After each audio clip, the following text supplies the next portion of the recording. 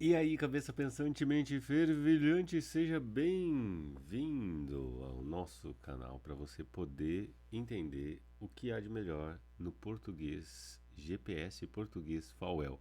Esse é o nosso curso voltado único e exclusivamente para a banca de concurso da FAUEL, que é uma banca da Universidade Estadual de Londrina e que tem as suas peculiaridades, assim como todas as bancas que nós já conhecemos. E nós vamos conhecer aqui, vamos fazer uma aula sobre leitura e interpretação textual, que é base e que cai e que despenca não só no concurso da FAUEL, como em todos os concursos.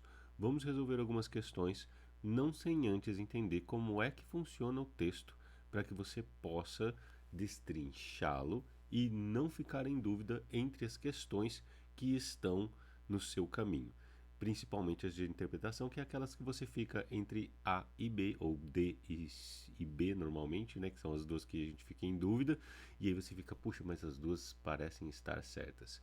Apenas uma está correta, isso não é um achismo da banca, isso está fundamentado no texto de leitura e nas teorias de leitura e interpretação textual, que a gente vai trabalhar aqui para você poder compreender e se afundar. Para quem não sabe, a gente vai ter esse curso que ele é ao vivo, online, aos sábados, das 8 horas às 9h30. E sim, concurseiro não tem paz, nem um minuto, tem que estudar sábado de manhã.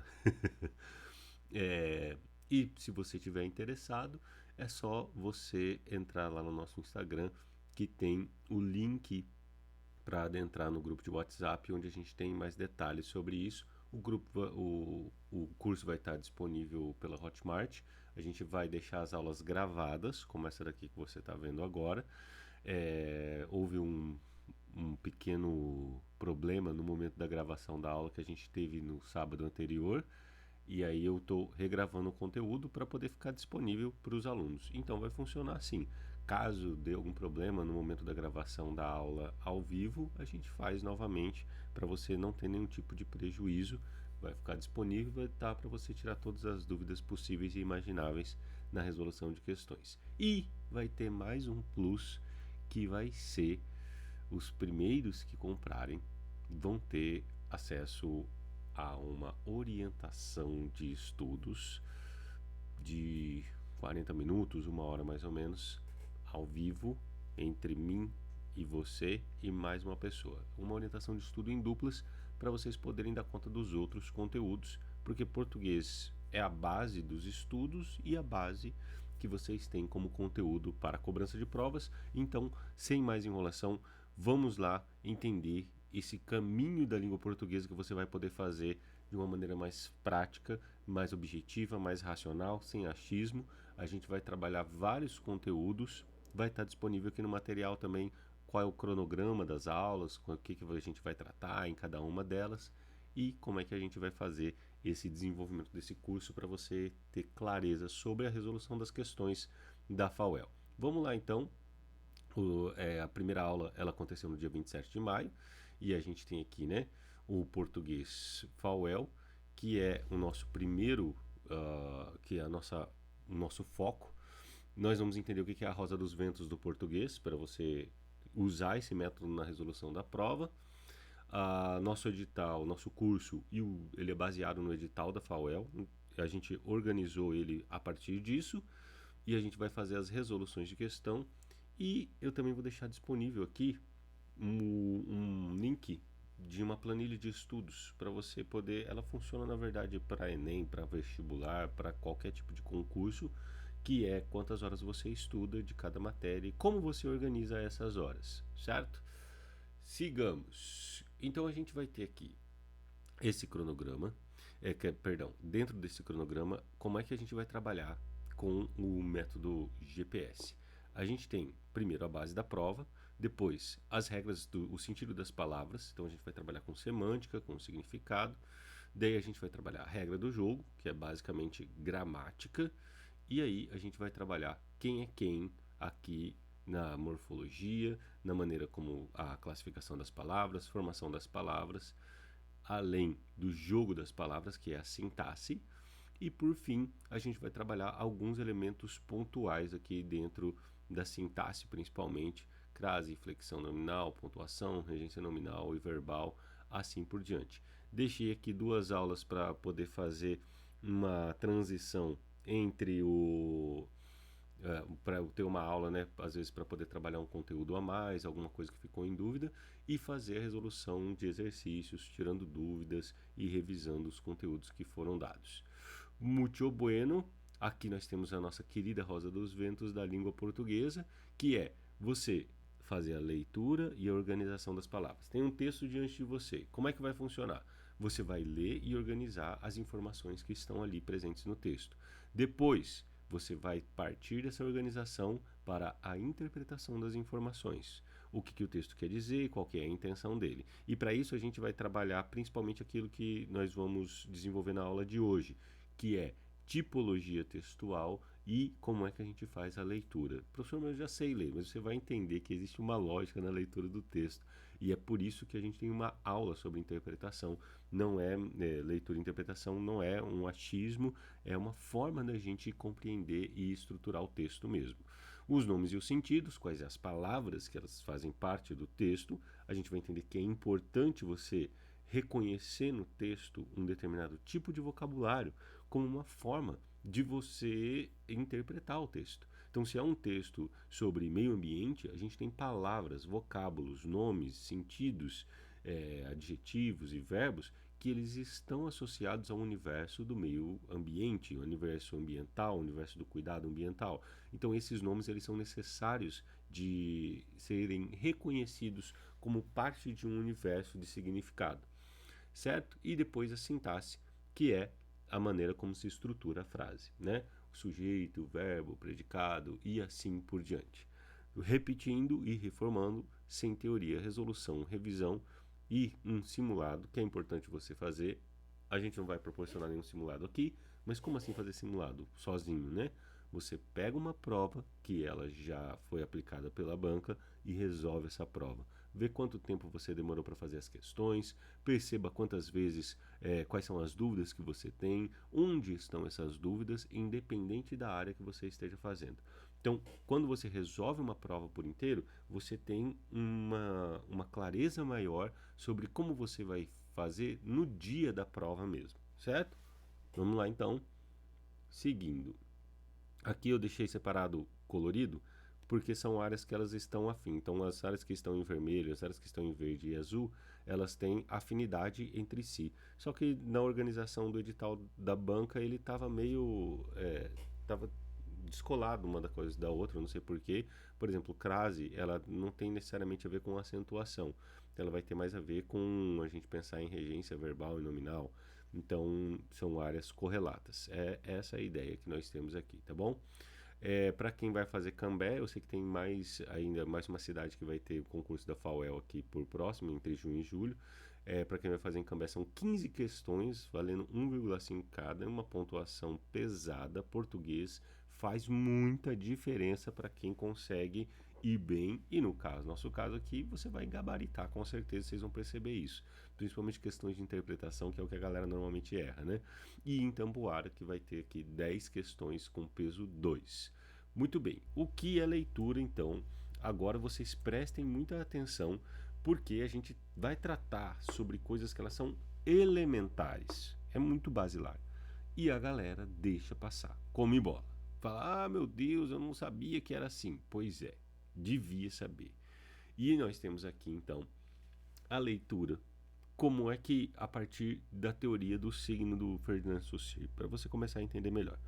A palavra, ela tem 2 elementos aqui de funcionamento. Isso aqui não vai cair diretamente na sua prova, tá? Mas a gente precisa disso para poder entender o processo de leitura e interpretação. Um cafezinho? Bora lá. O signo verbal ou signo não verbal, então ele é a parte da leitura. Isso aqui é um signo não verbal, certo? Beleza, um joinha é um signo não verbal, porque ele é um gesto. Se alguém faz assim, você entende o que é isso e corresponde. Isso é o que a gente chama de comunicação e ela se dá através da palavra principalmente, que é isso que você está ouvindo aqui. Então a gente tem a leitura verbal, que é aquela feita de palavras, e a gente tem a leitura não verbal, que é aquela feita de imagens, gestos, entre outras coisas que a gente usa normalmente o tal do etc.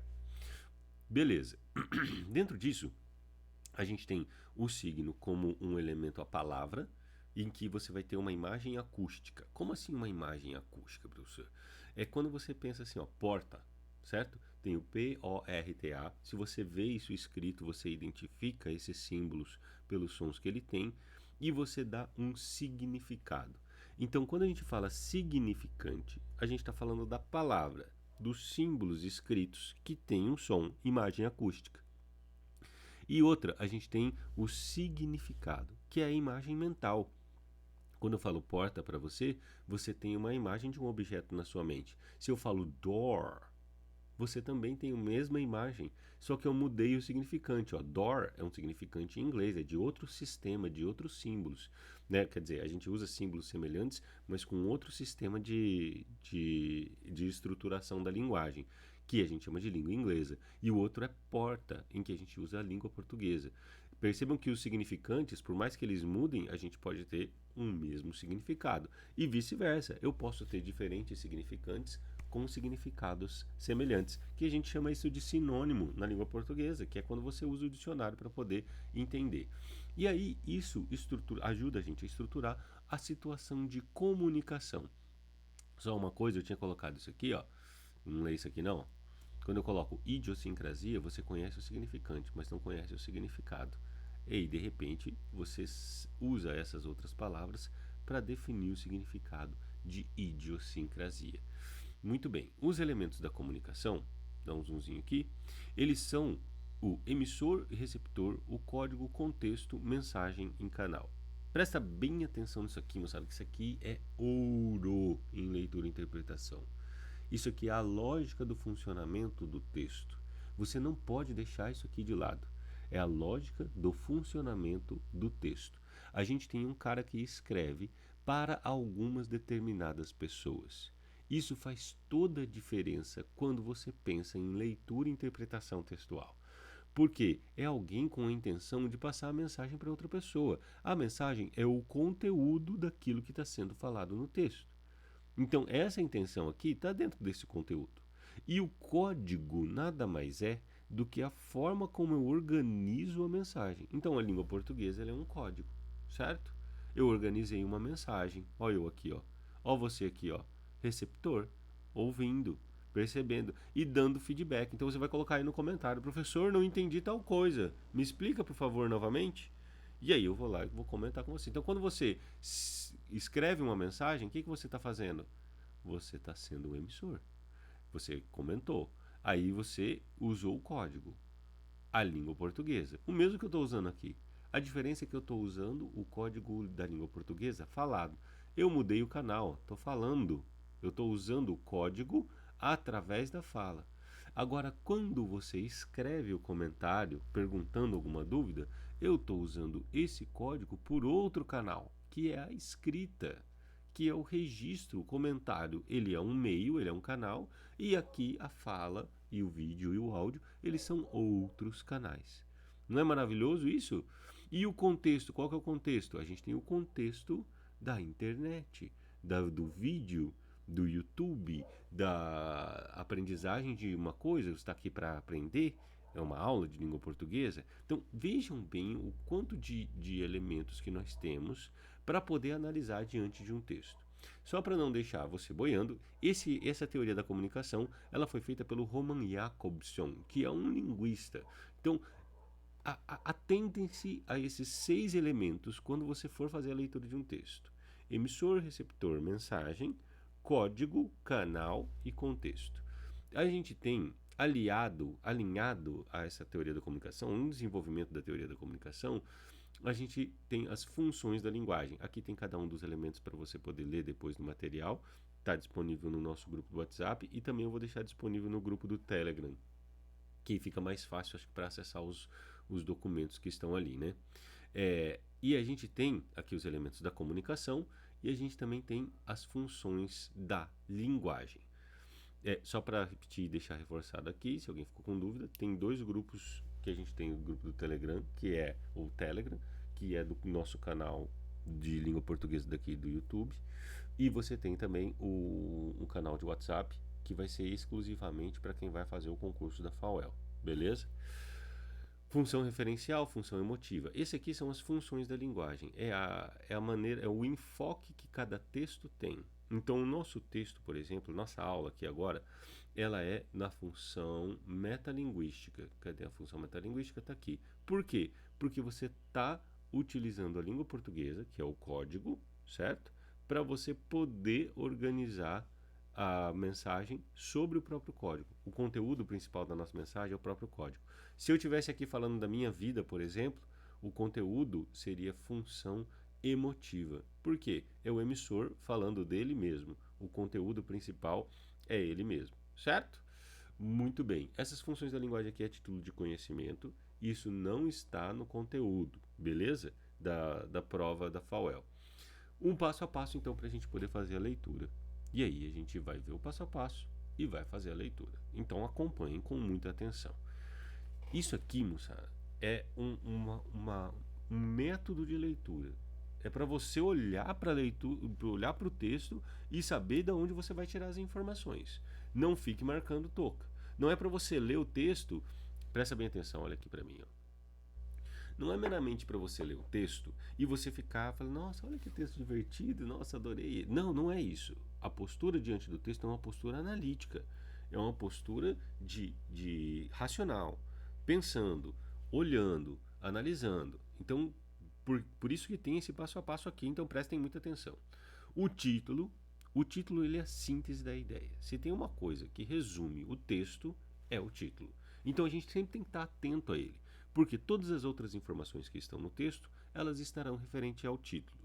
Caso não tenha título o texto, você vai olhar para o primeiro parágrafo, que é aquele que apresenta a ideia inicial. Muito bem.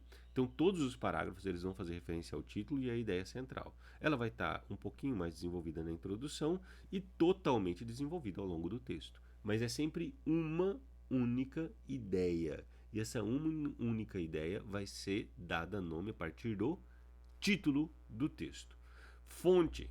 Fonte é onde o texto foi veiculado. Isso é importante? Isso é muito importante. Porque se é uma notícia, você já sabe que a intenção do texto é informar. Se é um poema, sabe que a intenção do texto é divertir, é simplesmente brincar com as palavras. Se é uma música, também. Se é uma receita de bolo, a intenção é fazer com que você consiga fazer o bolo. Ou seja, para cada fonte que a gente tem um tipo já de texto mais ou menos pré-definido para chegar até a gente. E quando a gente percebe isso da tipologia e do gênero textual, que a gente vai tratar aqui também, ela já é um ponto de análise e interpretação. O autor, sim, ele é importantíssimo, porque se eu já conheço um autor, eu já sei qual que é o posicionamento dele. Ele traz um ponto de vista sobre o tema, por mais objetivo que ele seja. A síntese das ideias do parágrafo. Então tá, eu vi a fonte, eu vi o título, eu vi o autor, e aí eu vou começar a leitura do texto. Então entenderam? Nessa sequência. Porque daí eu já tenho uma preparação, né? Quando alguém chama você para uma festa, se você vai saber que tipo de festa é uma festa junina, você tem uma preparação. Então você já sabe o contexto, você já sabe a situação, o autor, quem que é a festa, sabe se o cara dá um tipo de festa A ou B, se é mais animado, se é mais tranquilo, se é mais lounge ou se é mais baladinha. Lounge, eu tô gastando português, ou melhor, o inglês, né? Aí beleza. Dentro da síntese aqui das ideias do parágrafo, a partir da leitura, você lê o parágrafo e faz uma anotação. Uma ideia daquele parágrafo. E essa uma ideia vai estar associada ao título, à ideia central do texto. Só colocou ali a ideia central. E você vai escrever, fazer diálogo. Enquanto eu estou conversando aqui com vocês, dando a aula para vocês aqui, explicando as coisas, a sua cabeça ou até a sua boca está assim, ah, beleza, é verdade, nossa, eu nunca tinha pensado nisso. Puxa, então a gente faz esse diálogo mental, querendo ou não querendo. A gente sempre está conversando, dando desenvolvimento às ideias do texto. E isso faz com que você compreenda melhor. Mas a hora que a gente está lendo o texto, a gente esquece disso. E a gente precisa anotar essas ideias que estão acontecendo no nosso texto. Então, a partir da nossa leitura, perdão. Então, quando o texto está sendo lido, você está pensando, escreve o que você pensou a partir daquilo que você leu. Porque assim você está anotando como você está acompanhando o pensamento do texto. E aí é tão importante isso que eu coloquei mais uma vez. Escreva as ideias centrais de cada parágrafo. São esses diálogos mentais. São esses dois aqui, ó. O tópico frasal, ele é a frase que resume a ideia do parágrafo, tá bom? O texto e a leitura.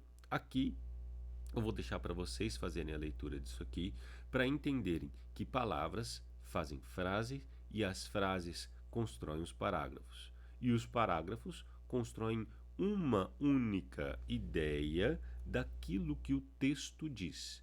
Então, é uma ideia que ajuda a construir uma outra ideia. Eu só vou falar uma coisinha aqui que eu acho muito relevante. Então, preste bem atenção a esta segunda coisa. O texto, ele é igual a um tecido, certo? Isso aqui é um tecido. Ele tem um monte de linhas. Um tecido, ele é formado por um monte de linhas. Mas quando você olha essas linhas, você não vê as linhas em si, você vê o texto como um todo. Então, quando eu falo que o texto tem uma única ideia, que ele é formado de outras, imagina aqui que é como a minha mão. Ela tem 4 dedos, cada dedo tem uma unidade. E essa unidade de cada dedo, essa mão é meio esquisita, mas tá tudo bem. Cada unidade desse aqui, ele forma um inteiro, um completo. E é isso que eu quero que vocês entendam. O texto, ele é formado de várias palavras que fazem muitas frases, que todos, né, constroem ideias centrais dos parágrafos. Entretanto, a gente tem sempre uma única ideia. Beleza? Isso aqui é uma síntese de algumas coisas que a gente já tratou, por isso que eu vou deixar para vocês lerem aí. Como sugestão, vou deixar aqui o texto Apelo. Só procura lá por Apelo, do Dalton Trevisan, que você vai encontrar um texto de 3 parágrafos com esse título. Já sabemos que essa aqui é a síntese do texto e que você vai interpretar. Você vai ler e compreender. Muito bem. Uma das coisas que a gente mais percebe na banca da FAUEL é que ela não necessariamente utiliza textos contemporâneos. Ela pode utilizar textos contemporâneos, mas ela também utiliza textos de 100 anos atrás. É o caso da prova que a gente vai realizar aqui, tá bom? Seguindo. Então, aqui tem mais uma síntese e vou chamar a atenção de vocês a esse elemento aqui, ó. O texto explícito, as informações explícitas do texto. Quase tudo do que é perguntado de interpretação na banca FAUEL, eles utilizam os elementos explícitos do texto. Mas você precisa ter cuidado e analisar e voltar para o texto para organizar a sua cabeça, a sua mente e todas as outras coisas. Quando a gente fala em interpretação, então compreensão, ela está associada a elementos explícitos no texto. E a interpretação, ela está associada a elementos implícitos no texto, aquilo que a gente pode deduzir. Não é aquilo que está expresso em palavras no texto, mas a gente deduz a partir do que a gente pensa, tá bom? A partir do que a gente lê. Então, vamos dar início agora à ideia de tipologia e gênero. Só para a gente fechar, falamos sobre leitura e interpretação, demos um passo a passo sobre coisas que você tem que observar no texto e a gente vai fazer a prática disso depois que a gente vê aqui tipologia textual. O que é tipologia? E obviamente a gente vai ter que trabalhar também com gênero textual, tá bom? Vamos começar então agora sobre tipologia. Alguma dúvida até aqui? Pausa o vídeo, põe aí no comentário qual foi a dúvida que ficou para poder esclarecer. Beleza? Então, vamos lá. Em relação à tipologia de gênero, tipologia e gênero, perdão. Bom, o que é tipologia? A tipologia, ela vai entrar nesse aspecto aqui que a gente está vendo em negrito, certo? A gente tem narração, descrição, dissertação, entre outros aqui que você vai ver. Esses que estão aqui embaixo, a gente chama de tipologia textual. Por que de gênero textual? Por que de gênero textual? Porque o gênero, ele é um tipo específico de texto. Já a tipologia, ela é mais ampla e genérica. Por ser mais ampla e genérica, os gêneros utilizam diversas tipologias dentro da sua estrutura. Como assim? Veja bem, quando a gente fala em narração, a narração ela é uma sequência temporal de fatos e situações que vão acontecendo.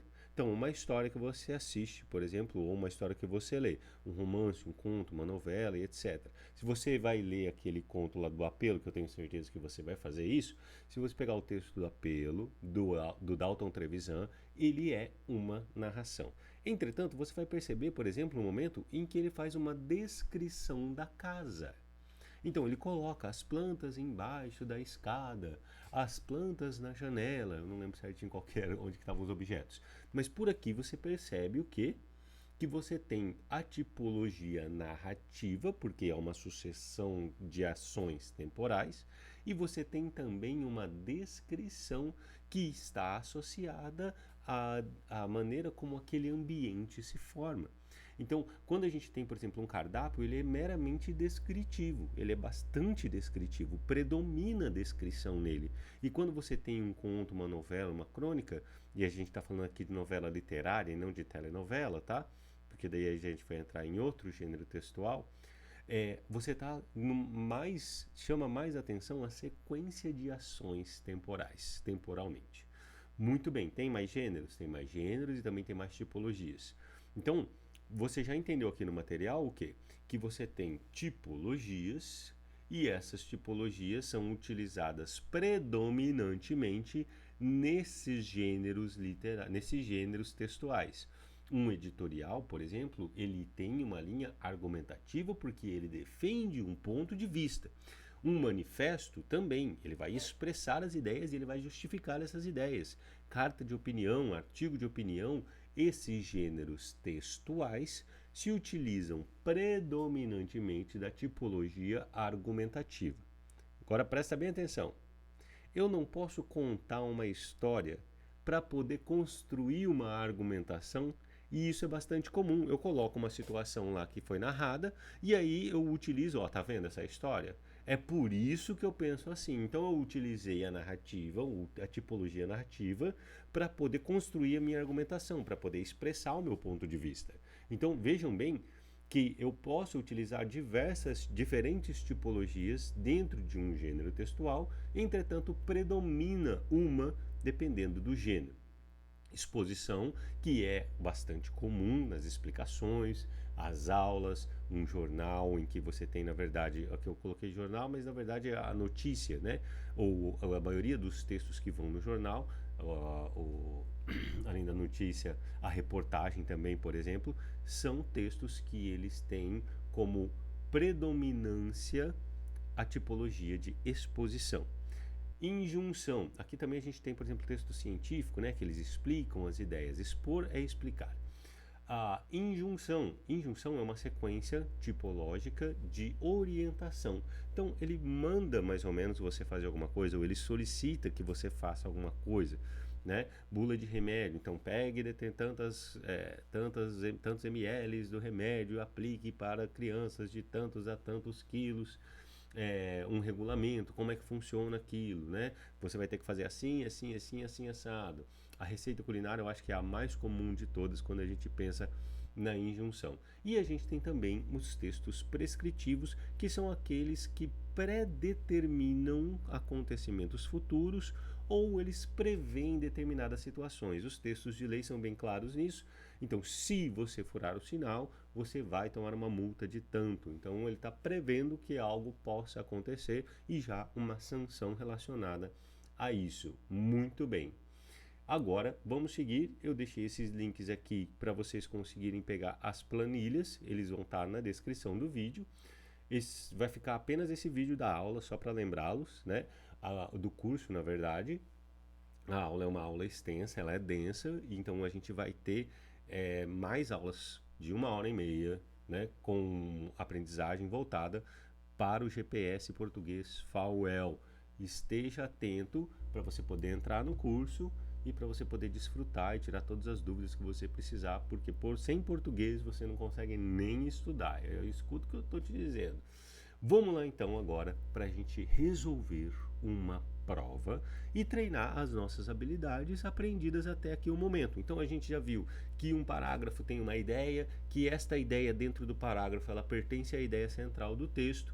E aí eu falei que essa ideia central do texto ela está principalmente voltada para onde? Para onde? para o título. Então é ali que a gente vai pôr o nosso norte. Todas as palavras, todos os parágrafos, todas as ideias que nós encontrarmos no texto, ela deve estar voltada primordialmente para o título de um texto. Então vamos lá, aqui o texto diz o seguinte: o texto a seguir foi extraído da obra O Abolicionismo. Esse aqui é um texto, uma avaliação da FAUEL que nós estamos realizando, certo? Foi no ano de 2021, se não me falha a memória, e apresentou esse texto aqui, ó. O Abolicionismo, escrita no final do século XIX por um diplomata brasileiro, Joaquim Nabuco. Se você já conhece Joaquim Nabuco, você tem uma ideia do que pode estar aqui. Se você ainda não conhece, você vai reconhecer as ideias dele pelo texto que aqui está. E a gente vai utilizar nossas habilidades para poder extrair as ideias que estão aqui e também para a gente responder as questões. Uma coisa importantíssima aqui que é interessante vocês notarem e anotarem.